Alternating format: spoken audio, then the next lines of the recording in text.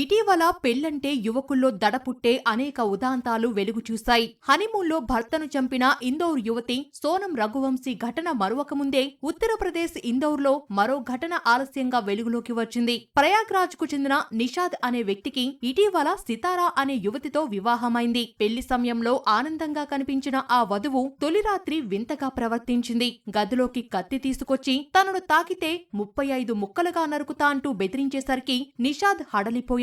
తనకు ఈ పెళ్లి ఇష్టం లేదని, వరుసకు మేనల్లుడయ్యే అమన్ అనే వ్యక్తిని ప్రేమిస్తున్నానని సితారా చెప్పింది. ఈ విషయం బయటకు చెబితే తప్పుడు కేసు పెడతానంటూ భర్తను బెదిరించింది. కొన్ని రోజులు తనలో తాను మదనపడిన నిషాద్ జరిగిన విషయాన్ని కుటుంబ సభ్యులకు చెప్పి గ్రామంలో పంచాయతీ పెట్టించారు. సితారకు ఆమె తల్లిదండ్రులు నచ్చచెప్పి నిషాద్తో కాపురానికి పంపించారు. అయినప్పటికీ ఆమె వేధింపులు ఆగకపోవడంతో వరుడి కుటుంబం పోలీసులను ఆశ్రయించింది. వారు కేసు నమోదు చేసి దర్యాప్తు చేస్తుండగా సితారా తన ప్రియుడు అమన్తో కలిసి ఇంట్లో నుంచి పారిపోయింది. ప్రస్తుతం పోలీసులు ఆమె కోసం గాలిస్తున్నారు.